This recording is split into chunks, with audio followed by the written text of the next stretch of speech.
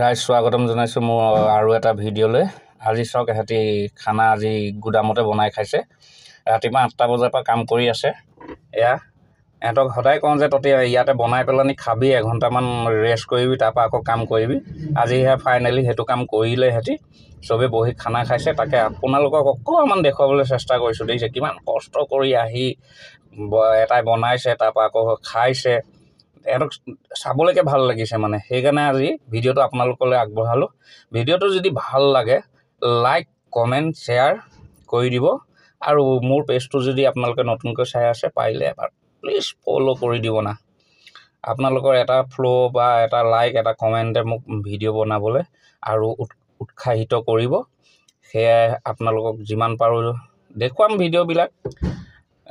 আজি ভাত খোৱা দেখুৱাইছোঁ, কাইলৈ বেলেগ কিবা এটা দেখুৱাম। মোৰ কোনো নিৰ্দিষ্ট ভিডিঅ' বুলিবলৈ নাই, মই যিয়ে পাওঁ তাকে দেখুৱাওঁ আৰু